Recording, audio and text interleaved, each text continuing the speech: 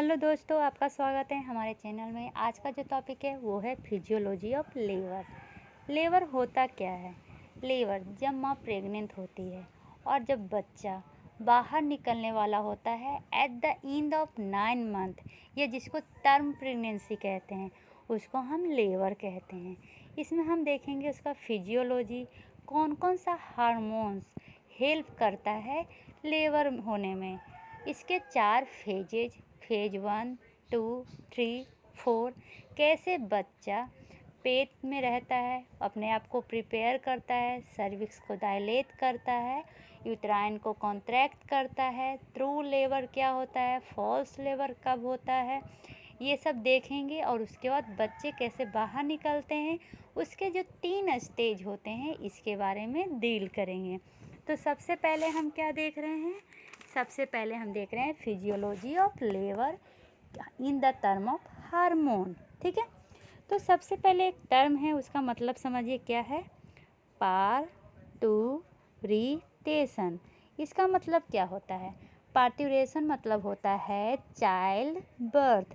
Child birth होने में क्या क्या प्रिपरेशन होता है, मतलब कि प्रिपरेशन से लेके चाइल्ड बर्थ सारे को हम कहते हैं पार्टुरेशन। जैसा कि आपको पता है, सबसे पहले क्या होता है? एग। क्या एग स्पर्म के साथ फर्टिलाइज्ड करता है और बनाता है न्यूक्लियस। स्टार्टिंग में न्यूक्लियस का साइज बहुत बड़ा होता है, तो इसमें माइटोटिक क्लीवेज स्टार्ट होता है और ये धीरे धीरे अपने आप को छोटा करता है। इतना छोटा करता है कि वो फैलोपियन ट्यूब से, जब स्टार्टिंग में जाइगोट बनता है ना, तो उसका साइज इतना बड़ा होता है कि वो फैलोपियन ट्यूब के थ्रू यूट्रस में नहीं जा पाता है। इसलिए वो क्लीवेज स्टार्ट करता है, माइटोटिक डिवीज़न, और अपने आप को थोड़ा छोटा करता है ताकि वो फैलोपियन ट्यूब से यूट्रस में जा सके। यूट्रस में कब जाता है? जब ये अपने आप को ब्लास्टोसिस्ट मरूला बनाता है। मरूला जब यूट्रस में जाता है तो ब्लास्टोसिस्ट बनता है। ठीक है, ब्लास्टोसिस्ट बन गया। उसके बाद क्या होता है? एक टर्म देखिएगा जिसका नाम है इम्प्लांटेशन। इसका मतलब क्या होता है? जब ब्लास्टोसिस्ट, जो हमारा यूट्रस है, उसका 3 लेयर होता है, इंडोमेट्रियम, मायोमेट्रियम, पेरीमेट्रियम। जब हमारा ब्लास्टोसिस्ट इंडोमेट्रियम में जाके अटैच होता है तो उसको हम कहते हैं इम्प्लांटेशन, और अपने आप को चारों तरफ से ब्लड वेसल से घेर लेता है, मतलब एकदम अंदर चला जाता है इंडोमेट्रियम में, तो उसको कहते हैं ग्रेनुलेशन। ये सब प्रोसेस कब होता है? तो ये सब प्रोसेस फर्स्ट ट्राइमेस्टर में होता है। ठीक है, तो अब देखते हैं कि हार्मोन चेंजेस क्या क्या होता है प्रेगनेंसी में। तो सबसे पहले फर्स्ट ट्राइमेस्टर में कौन सा होता है? तो एक आपको ये हार्मोन याद रखना होगा, बीटा HCG। अब बीटा HCG क्या होता है? Beta human chorionic gonadotropin. ये कौन सा हार्मोन है? ये जो हार्मोन है ना, ये मेनली प्लासेंटा के द्वारा प्रोड्यूस होता है। किसके द्वारा? जो फीटस का प्लासेंटा है ना, उसके द्वारा प्रोड्यूस होता है, और ये सबसे ज़्यादा रिलीज 7th वीक में होता है। कब? 7th वीक में। क्यों होता है? आपको पता है नॉर्मली क्या होता है कि अगर फर्टिलाइजेशन नहीं होगा तो जो हमारा अंडा है या जो एग है वो क्या होता है? बाहर निकल जाता है। ठीक है, और तो उसमें क्या होता है? जो हमारा कॉर्पस ल्यूटियम है वो कॉर्पस ल्यूटियम रिग्रेस कर जाता है। लेकिन ये जो हमारा बीटा HCG है वो कॉर्पस ल्यूटियम को रिग्रेस डेड होने से बचाता है ताकि वो प्रोजेस्टेरोन को रिलीज कर सके और हमारा प्रेगनेंसी कंटिन्यू हो सके। तो सबसे पहले हमारा बीटा HCG क्या करता है? कॉर्पस ल्यूटियम को क्या करता है? अलाइव रखता है ताकि कॉर्पस ल्यूटियम क्या कर सके? कौन? कॉर्पस ल्यूटियम 2 हार्मोन को रिलीज कर सके। कौन सा? तो प्रोजेस्टेरोन और कौन सा? ईस्ट्रोजन। ठीक है, यहाँ तक समझने में कोई प्रॉब्लम नहीं है। चलिए, लेकिन ये जो बीटा है ना, जैसे कि ये ग्राफ बनाए, इधर क्या होता है? हार्मोन्स। हम बीटा HCG देख रहे हैं। ये मान लीजिए 7 वीक है, फिर 3 मंथ, 6 मंथ, 9 मंथ। तो ये 7 वीक में बीटा HCG हाई रहता है, फिर धीरे धीरे धीरे ड्रॉप कर जाता है। जब 9 मंथ होता है तो ये पूरी तरह ड्रॉप हो जाता है। ठीक है, यहाँ तक समझ गए? अब आते हैं सेकेंड ट्राइमेस्टर में। सेकेंड ट्राइमेस्टर में कौन कौन से हार्मोन का रोल होता है? तो होता है ईस्ट्रोजन एंड प्रोजेस्टेरोन, ये दोनों इंक्रीज कर रहता है सेकेंड ट्राइमेस्टर में। पहले फंक्शन समझ लीजिए। ईस्ट्रोजन का क्या काम है? ये यूट्राइन को कॉन्ट्रैक्शन में हेल्प करता है, और प्रोजेस्टेरोन क्या करता है? इनहिबिट करता है। तो स्टार्टिंग में दोनों का लेवल क्या होता है? बराबर होता है, मतलब कि दोनों साथ साथ चलता है। लेकिन एक ऐसा टाइम आता है, कौन सा टाइम? 37 वीक। उस समय क्या होता है? हमारा प्रोजेस्टेरोन का लेवल कम हो जाता है, लेकिन ईस्ट्रोजन का लेवल हाई होता है, जिसको हम कह सकते हैं ईपी रेशियो में क्या हो जाना? हाई हो जाना। क्योंकि प्रोजेस्टेरोन का लेवल कम हो जाता है, एस्ट्रोजन लेवल हाई रहता है, तो ईपी रेशियो क्या हो जाएगा? हाई हो जाएगा। तो इसी के कारण क्या होता है? अब समझ लीजिए काम क्या है? प्रोजेस्टेरोन का कॉन्ट्रैक्शन को इनहिबिट करना, और ये कॉन्ट्रैक्शन को बढ़ाता है। तो आप बिना टर्म के ही आपको कॉन्ट्रैक्शन फील होगा। तो वो क्या सही कॉन्ट्रैक्शन रहता है? नहीं, उसको हम कहते हैं फॉल्स कॉन्ट्रैक्शन। ये फॉल्स कॉन्ट्रैक्शन जो रहता है, ये कभी भी लेबर के लिए नहीं होता है। ये क्यों होता है? E/P का वैल्यू बढ़ जाने के कारण होता है। तो इसको हम पहचानेंगे कैसे? ये जो कॉन्ट्रैक्शन होता है इरेगुलर होता है, टाइम पे नहीं होता है, रेगुलर इंटरवल पे नहीं होता है। ये दवा लेने पे या एक्सरसाइज करने पे, वॉक करने पे ठीक हो जाता है। लेकिन जो हमारा ट्रू लेबर होता है, वो जैसे कि अभी हो रहा है, फिर 10 मिनट उसका टाइमिंग घटते जाता है, स्ट्रॉन्ग कॉन्ट्रैक्शन होता है, वॉक ये सब करने पे सही नहीं होता है। तो इस तरह हम पहचान सकते हैं कि हमारा ये ट्रू कॉन्ट्रैक्शन है कि फॉल्स कॉन्ट्रैक्शन है। ठीक है, यहाँ तक समझ गए। अब थर्ड ट्राइमेस्टर में आते हैं। थर्ड ट्राइमेस्टर में कौन सा हार्मोन रिलीज होता है? तो अब जो हमारा प्लासेंटा है वो भी प्रोड्यूस करता है, उसका भी मेन रोल होता है थर्ड ट्राइमेस्टर में। क्या? तो जैसे कि 9 मंथ हो गया, ठीक है, तो हमारा जो ईस्ट्रोजन है और प्रोजेस्टेरोन है, ये इसका जो लेवल है एकाएक कम हो जाता है। एकाएक क्यों कम हो जाता है? इसके पीछे भी एक कहानी है। चलिए आपको कहानी सुनाते हैं। जैसे कि मान लीजिए ये हमारा माँ का वोम है, ठीक है, ये सर्विक्स है। जब हमारा फीटस नीचे आता है तो ये क्या करता है? स्ट्रेस हो जाता है, और ये सिग्नल भेजता है हमारे हाइपोथैलेमस को। किसको? हाइपोथैलेमस को। हाइपोथैलेमस कॉर्टिसोल रिलीजिंग हार्मोन को रिलीज करता है। ये स्टिमुलेट करता है पिट्यूटरी ग्लैंड को। पिट्यूटरी ग्लैंड रिलीज करता है एड्रीनोकॉर्टिकोट्रोपिन हार्मोन। ये चला जाता है हमारा एड्रीनल ग्लैंड में।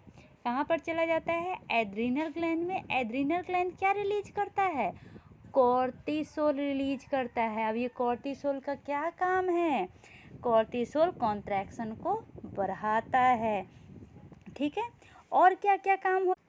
ये जो कॉर्टिसोल है ना, ये क्या करता है? तो ये ईस्ट्रोजन और प्रोजेस्टेरोन का लेवल कम कर देता है, और जो हमारा प्रोस्टाग्लैंडिन्स है उसका लेवल क्या करता है? बढ़ा देता है। अब ये प्रोस्टाग्लैंडिन्स क्या होता है? तो याद रखिए, जितने भी हमारे शरीर में मेम्ब्रेन है वो बना होता है एराकिडोनिक एसिड का, जो टूथ के रिलीज करता है प्रोस्टाग्लैंडिन्स। ये प्रोस्टाग्लैंडिन्स क्या करता है? तो ये यूट्राइन कॉन्ट्रैक्शन में हेल्प करता है, ठीक है। यहाँ तक समझने में कोई प्रॉब्लम? अब जो हमारा फीटस नीचे की ओर आता है, मैंने पुश करता है अब देखिए यहाँ पे मान लीजिए ये हमारा स्टोमक है, फीटस यहाँ तक आ गया, तो ये अपने आप को नीचे की ओर पुश करेगा ना, तो इससे सर्विक्स क्या होता है? स्ट्रेस होता है। कैसे? तो ये जो प्रोस्टाग्लैंडिन्स का स्टार्टिंग में कॉन्ट्रैक्शन होता है ना, ये ऊपर की ओर होता है। जब ये ऊपर की ओर यहाँ पे कॉन्ट्रैक्ट करेगा तो ये अपने आप ये क्या करेगा? धीरे धीरे डायलेट करेगा। तो इससे भी क्या होगा? इससे जो हमारा सेंसरी नर्व फाइबर है वो स्टिमुलेट होगा। अब सेंसरी नर्व फाइबर स्टिमुलेट होने से क्या होगा? तो हमारा जो ये ऑक्सीटॉक्सिन है जो मेनली पोस्टीरियर पिट्यूटरी से निकलता है, उसका प्रोडक्शन होगा। एक तो ऑलरेडी प्रोस्टाग्लैंडिन्स क्या कर रहा है, प्रोस्टाग्लैंडिन्स क्या कर रहा है, कॉन्ट्रैक्शन में हेल्प कर रहा है। ऊपर से ऑक्सीटॉसिन भी आ गया तो कॉन्ट्रैक्शन क्या होने लगेगा, और स्ट्रॉन्ग होने लगेगा। अब कॉन्ट्रैक्शन स्ट्रॉन्ग होगा तो क्या होगा, सर्विक्स का डायलेशन बढ़ेगा। और ये क्या है ना, साइक्लिक प्रोसेस है, मतलब कि और स्ट्रॉन्ग कॉन्ट्रैक्शन हुआ तो और ज़्यादा प्रोस्टाग्लैंडिन्स प्रोड्यूस हुआ, और ज़्यादा प्रोस्टाग्लैंडिन्स प्रोड्यूस होगा तो और ज़्यादा ऑक्सीटॉसिन प्रोड्यूस होगा, तो और ज़्यादा स्ट्रॉन्ग कॉन्ट्रैक्शन होगा, फिर और ज़्यादा स्ट्रॉन्ग कॉन्ट्रैक्शन हुआ तो प्रोस्टाग्लैंडिन्स और बढ़ेगा। इसी कारण कहा जाता है कि थ्रू लेबर में कॉन्ट्रैक्शन धीरे धीरे स्ट्रॉन्ग होता है, ना कि धीरे धीरे वीक होता है। और जब पूरी तरह स्ट्रॉन्ग कॉन्ट्रैक्शन होता है तो माँ के फट से क्या होता है, बेबी हमारा बाहर आ जाता है। तो इस तरह से आपको पता चल गया क्या, कौन कौन से हार्मोन्स हेल्प करते हैं। एक और हार्मोन है जिसका नाम है रिलैक्सिन। इसका फंक्शन मैं अभी थोड़ा देर में समझाती हूँ, पहले एक समरी समझ लीजिए। सबसे पहले 37 वीक तक क्या होता है, प्रोजेस्टेरोन लेवल हाई होता है, जिसके कारण ये जो यूटेराइन कॉन्ट्रैक्शन है वो रुका हुआ रहता है। अब उसके बाद क्या होता है, 37 वीक में एकाएक क्या होता है, प्रोजेस्टेरोन लेवल डिक्रीज हो जाता है और एस्ट्रोजन लेवल हाई हो जाता है, जिसके कारण ईपी का जो रेशियो है वो हाई हो जाता है। और इसके कारण हमारा क्या होता है, तो फॉल्स लेवल फील होता है। ठीक है, जब लेबर फुल टर्म में आता है तो फीटस क्या होता है, हैवी हो जाता है और वो सर्विक्स के तरफ जाने लगता है, जिसके कारण सेंसेशन स्टार्ट होता है। जो ये हमारा फीटस है वो पुश करता है हमारे सर्विक्स को, जिसके कारण क्या होता है, हमारा यूट्राइन कॉन्ट्रैक्शन स्टार्ट होता है और सर्विक्स डायलेट होता है, थिन होता है। अब यहाँ पर प्लासेंटा का काम है। क्या कहे थे कि क्या करता है हमारा, जब ये सर्विक्स पुश ऑन होता है तो ये डायलेट होना स्टार्ट होता है, उस समय हमारा रिलैक्सिन रिलीज होता है। अब ये रिलैक्सिन का क्या काम है, दो काम है। देखिए हमारा जो ये मान लीजिए ये क्या है, तो ये हमारा मान लीजिए कि ये हिप बोन है। ठीक है, यहाँ पर पीवी सिम्पेसिस होता है। अब ये अगर इसी तरह रहेगा तो क्या हमारा बच्चा निकल पाएगा, नहीं।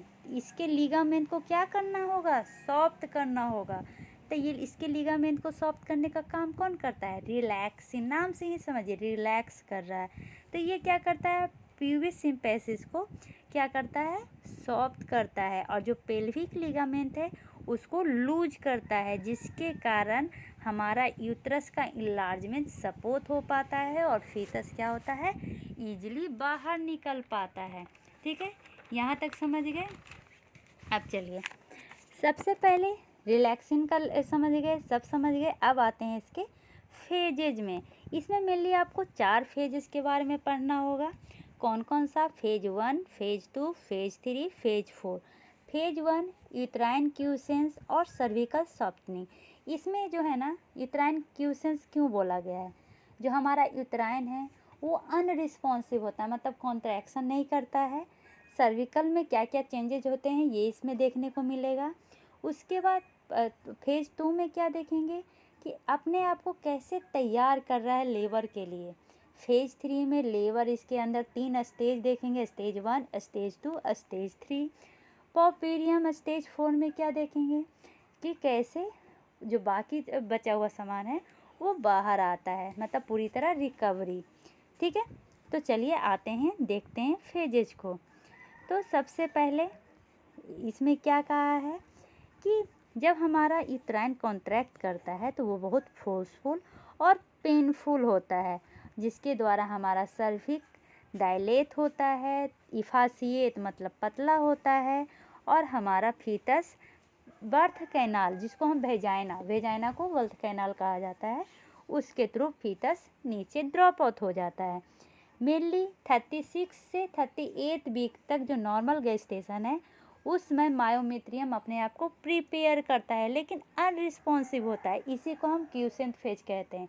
यहाँ पर वो कॉन्ट्रैक्ट नहीं करता है, लेकिन सर्विक्स क्या है, धीरे धीरे अपने आप को सॉफ्ट कर रहा है, अपने स्ट्रक्चर में चेंजिंग ला रहा है। लेकिन अभी भी क्या है, हमारा मायोमेट्रियम क्या है, क्यूसेंट फेज में है, अनरिस्पॉन्सिव है।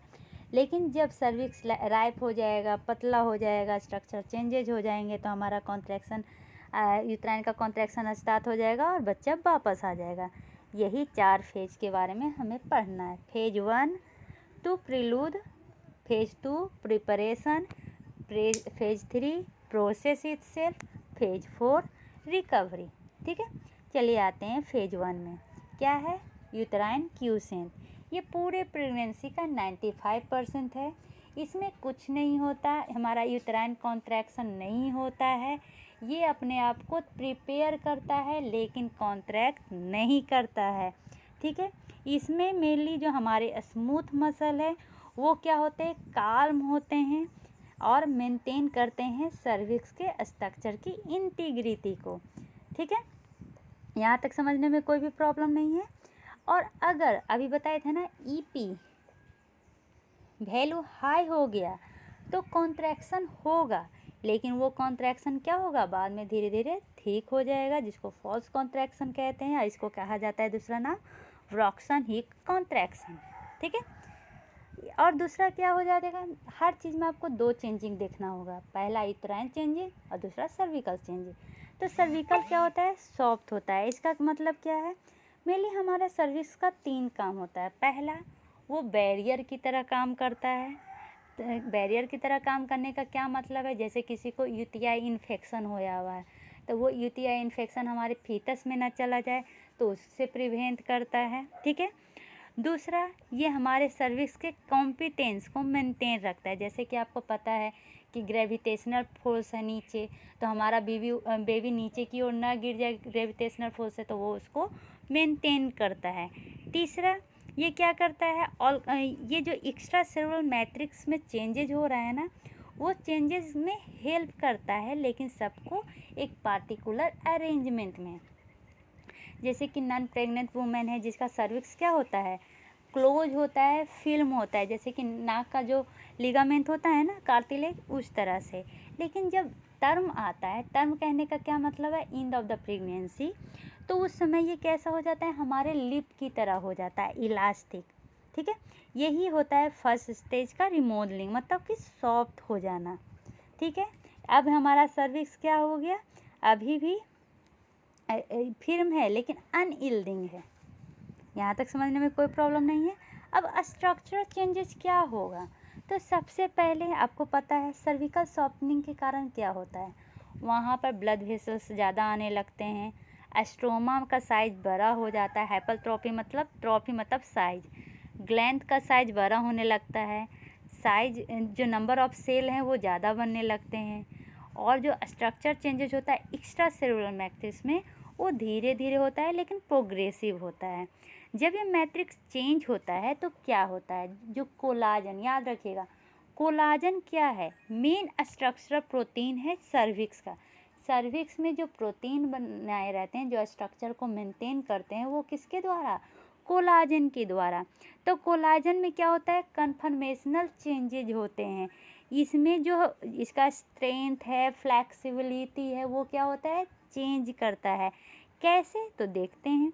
जैसे कि जो कोलाजन का प्रोसेसिंग और जो नंबर ऑफ कोवैलेंट बॉन्ड है, जिसके कारण क्रॉस लिंकिंग हुआ है कोलाजन के ट्रिपल हेलिक्स में, वो क्या हो जाते हैं? धीरे धीरे चेंज हो जाते हैं। मतलब कि जो प्रोटीन है ना, जो स्ट्रक्चर मेंटेन किया हुआ है क्रॉस लिंकिंग के द्वारा, उसमें धीरे धीरे चेंजिंग आने लगती है।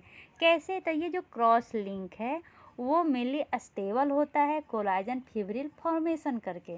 ठीक है, लेकिन जब क्रॉस लिंक में क्या हो जाएगा? रिडक्शन होने लगेगा, तो वहाँ पर क्या होंगे? धीरे धीरे नया कोलाजन बनने लगेंगे मोनोमर्स में, जिसके कारण क्या होता है? जो एक्टिविटी और जो एक्सप्रेशन है क्रॉस लिंकिंग का, वो घटने लगता है। और वो कैसे होता है? तो एंजाइम के द्वारा, लाइसिल हाइड्रोजिलेज के द्वारा, लाइसिल ऑक्सीडेज के द्वारा। और ये होता कब है? प्रेगनेंसी के अर्ली टाइम में। मतलब समझ लीजिए, जो हमारा सर्विक्स है ना, वो बना होता है कोलाजन प्रोटीन का। ठीक है, कोलाजन प्रोटीन क्या करता है? सर्विक्स के स्ट्रक्चर को मेंटेन करता है। कैसे? तो क्रॉस लिंकिंग के द्वारा। अब क्या है? ये तो नॉर्मल हो गया। अब धीरे धीरे प्रेगनेंसी बढ़ रही है तो क्रॉस लिंकिंग क्या होगी? कम होगी। इसी से तो हमारा सर्विक्स सॉफ्ट होता है ना। ठीक है, अब क्या है, जो मैट्रीसेलुलर प्रोटीन कौन सा, थ्रोम्बोस्पोंडिन 2 और टेनासिन सी, जो मेनली कोलाजन फाइब्रिल के स्ट्रक्चर और स्ट्रेंथ को मेंटेन करता है, वो भी क्या होगा, धीरे धीरे रिड्यूस होने लगेगा। ठीक है, जिसके कारण ग्रेजुअल चेंजेज होती है टिश्यू के कंप्लायंस में, इलास्टिसिटी में, प्रेगनेंसी के टाइम में। ठीक है, अब जो ह्यूमन सर्विकल स्ट्रोमा सेल है उसमें mainly transcription factor, microphthalmia associated transcription factor present होता है, और ड्यूरिंग प्रेगनेंसी इसमें भी क्या होती है, चेंजिंग होती है। ये अपने आप को रिप्रेस करता है, रिप्रेस मतलब अपने आप को, जो उसका एक्सप्रेशन है जीन का, उसको दबाता है, जिसके कारण ही सर्विक्स डायलेट हो पाता है और पार्ट्यूरेशन होता है। अब आते हैं फेज 2 में। फेज 2 और पार्ट्यूरेशन में क्या होता है कि लेबर अपने आप को प्रिपेयर करता है, प्रिपरेशन फॉर लेबर। अब इसमें क्या होगा, जैसा कि हमने देखा फेज 1 में क्या है, मायोमेट्रियम ट्रांसक्यूलिटी है, मतलब अपने आप को कॉल्म किया हुआ है, रिलैक्स किया हुआ है। ठीक है, जिसको अब सस्पेंड होना पड़ेगा। इसका क्या मतलब है कि अब उसको अपना रिलैक्स तोड़ना पड़ेगा, कॉन्ट्रैक्ट करना पड़ेगा। तो इस टर्म को हम क्या कहते हैं, इसको कहते हैं यूट्राइन अवेकनिंग। यूट्राइन को जगाओ कि अब तुम कॉन्ट्रैक्ट करो।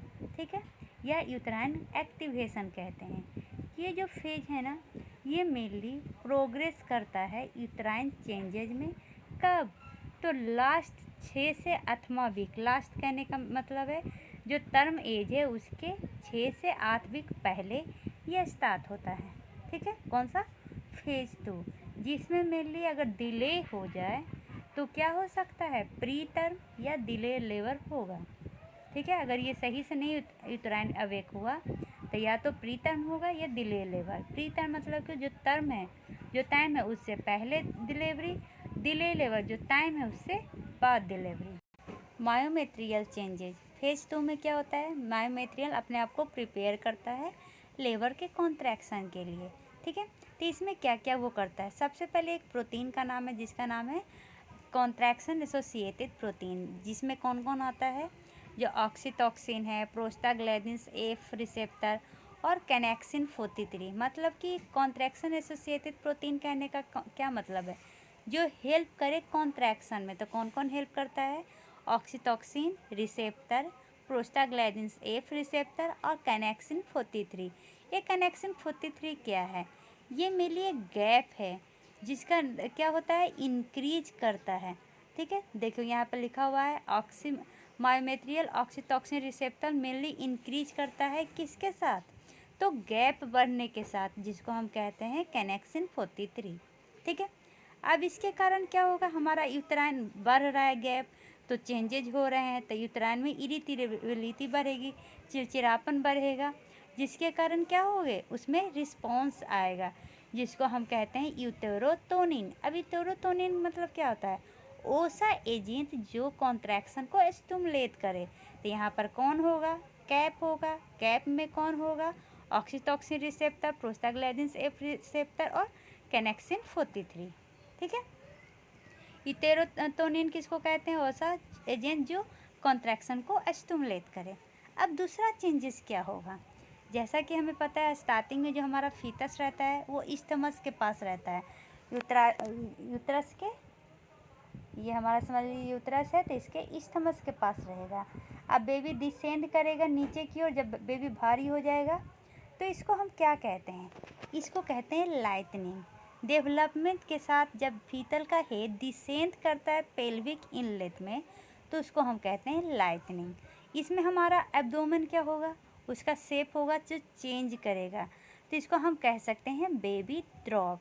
ठीक है, यहाँ तक समझने में कोई प्रॉब्लम नहीं है। अब इसके कारण क्या होगा, जो एब्डोमेन का शेप है वो चेंज करेगा। और फेज में अब सर्विकल रैपनिंग में क्या क्या चेंजेज होगा, तो जैसे कि कॉन्ट्रैक्शन शुरू होता है तो कॉन्ट्रैक्शन शुरू होने के पहले भी हमें कुछ तैयारियां करनी पड़ती हैं। ठीक है, जैसे कि हमारा जो सर्विक्स है उसमें ज़्यादा से ज़्यादा रीमॉडलिंग होगा। तो रीमॉडलिंग क्यों होगा, ताकि वो डायलेट कर सके, जो फोर्सफुल कॉन्ट्रैक्शन होता है ना उसको सह सके। तो अब क्या क्या मॉडिफिकेशन होता है, तो ये जो मॉडिफिकेशन होता है ना, इसी को हम कहते हैं सर्विकल राइपनिंग। इसमें क्या होता है, जो हम फर्स्ट फेज में देखे थे, जो हमारा सर्विक्स सॉफ्ट हुआ था, क्यों, तो बहुत सारा ब्लड वेसल्स आ जाने के कारण, ये सब के कारण अब वो राइपनिंग फेज में चेंज होने लगता है। कितना दिन में, तो वीक या डे में, before the onset of contraction, अपने आप को कॉन्ट्रैक्शन स्टार्ट होने से पहले सॉफ्टनिंग फेज से राइपनिंग फेज में अपने आप को चेंज कर लेता है। तो इस ट्रांसफॉर्मेशन में क्या होता है, अब पता है, अभी ऊपर बताया था ये कोलाजन से बना हुआ रहता है। बाद में अभी आगे मैं आपको बताऊंगी, जब बायोकेमिकल कंपोजिशन बताऊंगी, कि ये प्रोटियोग्लाइकन्स का भी बना होता है, ग्लाइको अमीनो ग्लाइकन्स का भी बना होता है। जो मैट्रिक्स होता है, एक्स्ट्रा सेलुलर मैट्रिक्स, उसमें प्रोटियोग्लाइकन्स और ग्लाइको अमीनो ग्लाइकन्स भी रहता है। उसके कंपोजिशन, उसके अमाउंट में चेंजेज आने लगते हैं, ठीक है।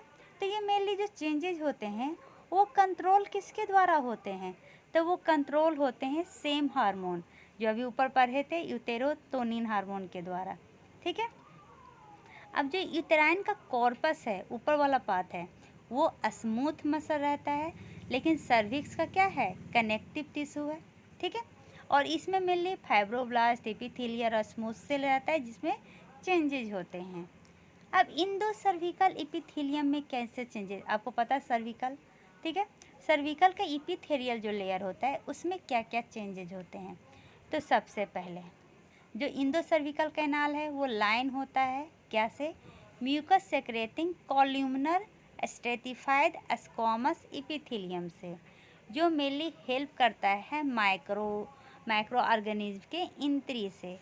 ये जो म्यूकस एपिथेलियम है, इसका फंक्शन क्या है, तो ये एंटीजन को पहचानता है, कैसे, टॉल लाइक रिसेप्टर को सेक्रेट करके, और उसके बाद उसको या तो वायरस होगा, बैक्टीरिया होगा, तो उसको किल करता है, ठीक है। यहाँ तक समझ गए। अब आते हैं बायोकेमिकल में, जिसमें हम देखेंगे कि जो सर्विकल का कनेक्टिव टिश्यू है वो कैसे बना हुआ होता है, कैसे बना होता है। तो अभी ऊपर पढ़े थे कि ये कोलाजन का बना हुआ होता है, ठीक है। तो कौन कौन सा कोलाजन का बना होता है, टाइप 1, टाइप 3 और टाइप 4 कोलाजन का बना होता है, और ग्लाइको अमीनो ग्लाइकन का बना होता है, मल्टी सेलुलर प्रोटीन का बना होता है, प्रोटियोग्लाइकन्स का बना होता है, और इलास्टिन का बना होता है। इस सब के बारे में डिस्कशन करेंगे, टेंशन नहीं लीजिए। सबसे पहले कोलाजन, अभी ऊपर बताए थे, ये हमारे सर्विक्स के स्ट्रक्चर को मेंटेन करता है। मोस्ट अबंडेंट प्रोटीन पर होता है कोलाजन, जो मेनली इसमें कम से कम 6 एंजाइम होते हैं, जो मेनली मैच्योरेशन को एकोमोडेट सही करता है। जो ईच मॉलिक्यूल होते हैं ना, उसमें 3 अल्फा चेन होते हैं, जो एक दूसरा से बाइंड करके प्रो कोलाजन बनाता है। फिर से कोलाजन में क्या होता है, 3 अल्फा चेन होता है, जो अपन एक दूसरे से मिलकर प्रो कोलाजन बनाता है। अब बहुत सारा कोलाजन एक दूसरे से कैसे, जैसे कि डीएनए हमारा कैसा होता है, डबल हेलिकल होता है, लेकिन जो हमारा कोलाजन है ना, वो ट्रिपल हेलिकल होता है। याद रखिएगा, यहाँ पर जो हमारा कोलाजन है वो ट्रिपल हेलिकल है, और ट्रिपल हेलिकल से अपने आप को क्रॉस लिंक किया है, तो कितना मजबूत होगा, ठीक है।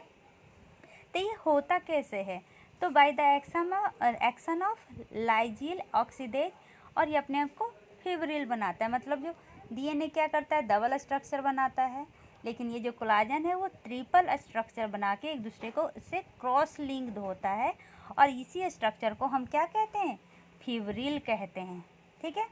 अभी जो कोलाजन का फिब्रिल बना है, फिब्रिल क्या है, triple helical of the collagen, ठीक है। ये इससे इंटरेक्ट करता है, तो ये इंटरेक्ट करता है प्रोटियोग्लाइकन्स। प्रोटियोग्लाइकन्स क्या है, तो प्रोटियो मतलब प्रोटीन, ग्लाइकन्स मतलब कार्बोहाइड्रेट।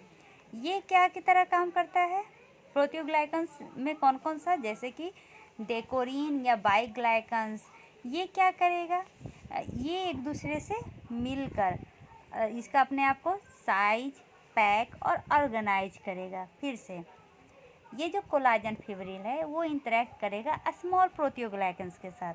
स्मॉल प्रोटियोग्लाइकन्स का एग्जांपल क्या होगा, तो डेकोरीन, बाइग्लाइकन्स, मैट्रीसेलुलर प्रोटीन जैसे सच एज थ्रोम्बोस्पोदीन 2, ये सब क्या करेगा, एक दूसरे से इंटरेक्ट होगा और जो फिब्रिल है उसका कितना साइज होना चाहिए, उसको कैसे पैक करना है, कैसे ऑर्गेनाइज करना है, ये सोचेगा।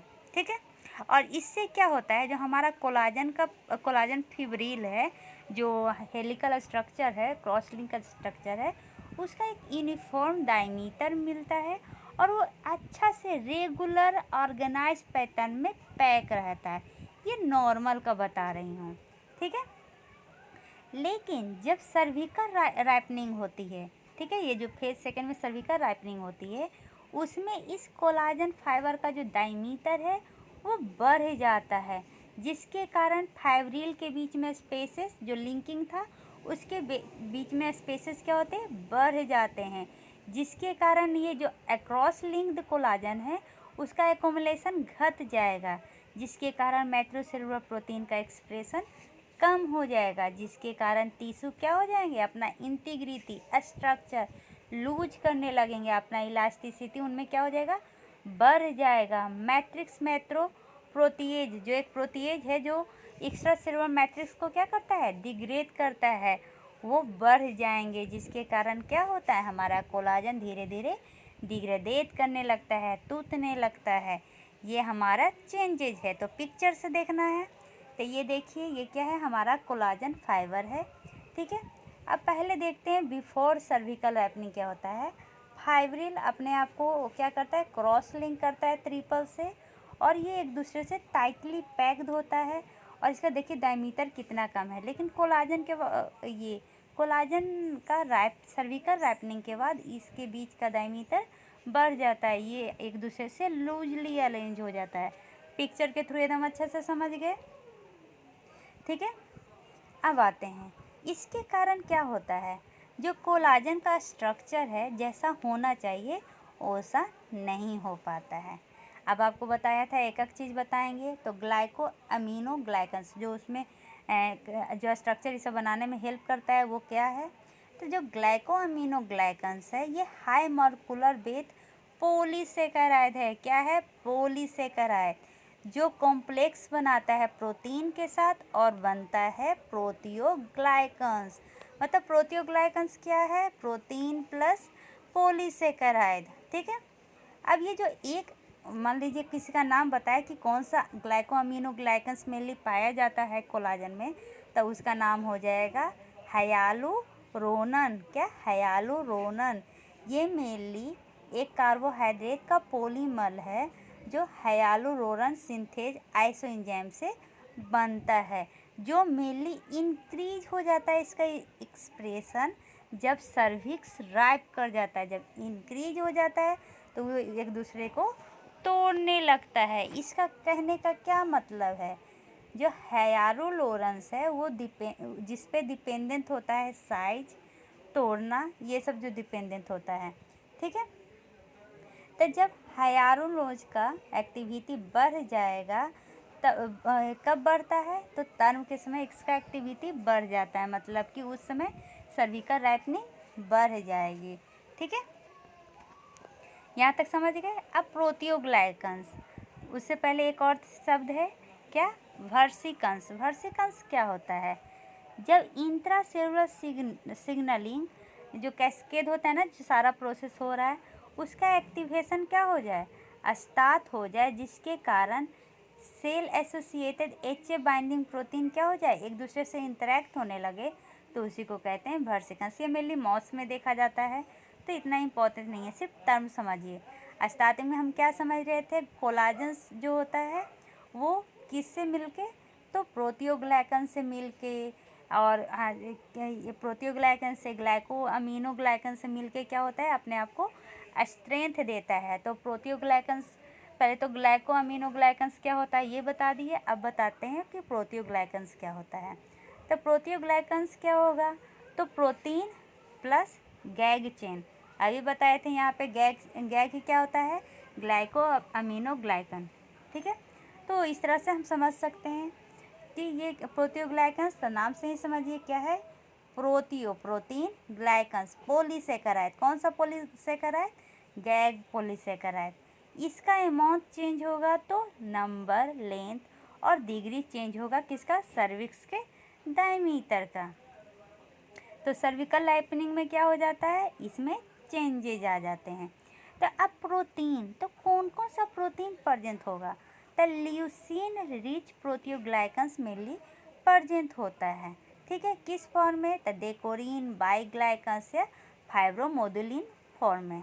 ठीक है, अब आते हैं इन्फ्लामेटरी चेंजेस। इन्फ्लामेटरी चेंजेस के पहले एक समरी, क्योंकि बहुत ही कन्फ्यूजन हो गया होगा, तो ये जो नॉर्मल ये इस कोलाजन है इसके बारे में करते हैं तो पूरा हो जाएगा।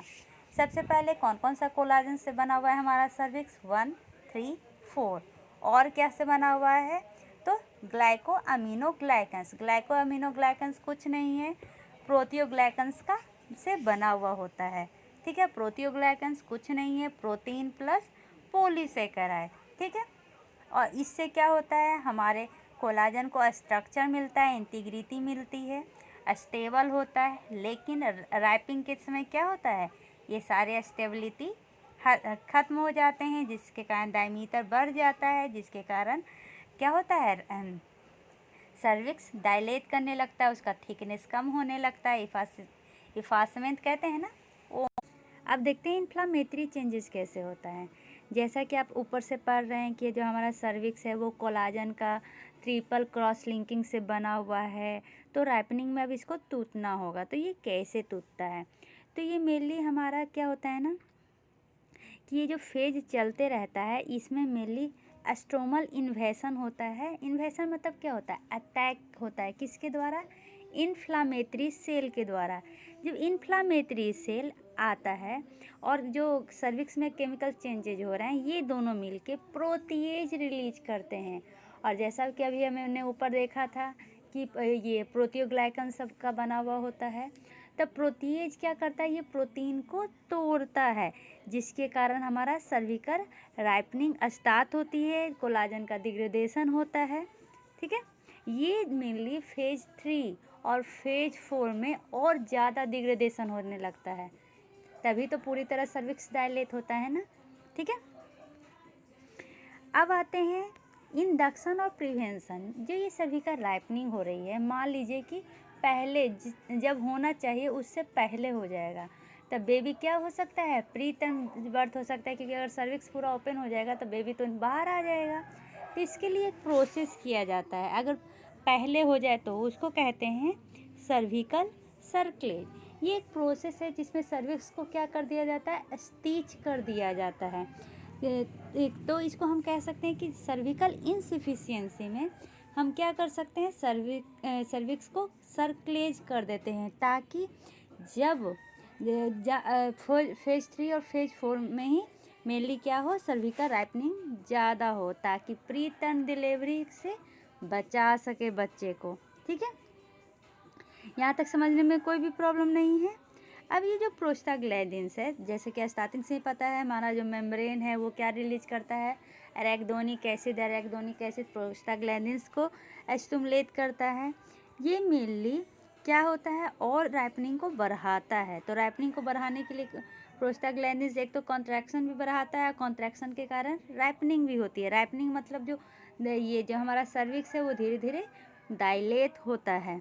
ठीक है, यहाँ तक समझने में कोई प्रॉब्लम नहीं। अब आते हैं फेज 3 में। फेज 3 ऑफ पार्ट्यूरेशन में मेनली हम 3 स्टेजेस के बारे में डिस्कशन करेंगे। पहला जो स्टेज है उसमें हम ये देखेंगे कि कैसे यूट्राइन कॉन्ट्रैक्ट करता है। ठीक है, उसका फ्रीक्वेंसी, इंटेंसिटी, ड्यूरेशन, ये सब देखेंगे कि कैसे वो सर्विक्स को थिन करता है, जिसको इफेसमेंट कहते हैं। और उसके बाद ये जो है ये इंड होगा कब, जब जो हमारा सर्विक्स है वो 10 सेंटीमीटर फुल्ली डायलेट हो जाए तब। ठीक है, इसलिए जो फर्स्ट स्टेज ऑफ लेबर है इसको स्टेज ऑफ सर्विकल इफेसमेंट और डायलेशन कहते हैं, क्योंकि इसमें क्या होता है, हमारा सर्विक्स क्या होता है, पतला होता है और 10 सेंटीमीटर तक डायलेट करता है। तो अब सेकेंड स्टेज में हम क्या पढ़ेंगे, सेकेंड स्टेज को हम कहते हैं स्टेज ऑफ फीटल एक्सपल्सन। मतलब इससे क्या होता है, हमारा फीटस बाहर निकलता है।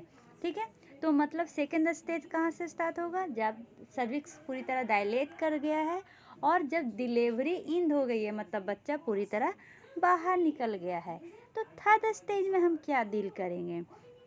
थर्ड स्टेज में हम डील करेंगे कि stage of placenta separation and expulsion, placenta का बाहर निकलना और प्लासेंटा कैसे सेपरेट होता है, इसके बारे में हम थर्ड स्टेज में पढ़ेंगे। तो चलिए अब डील करते हैं फर्स्ट स्टेज ऑफ लेबर से।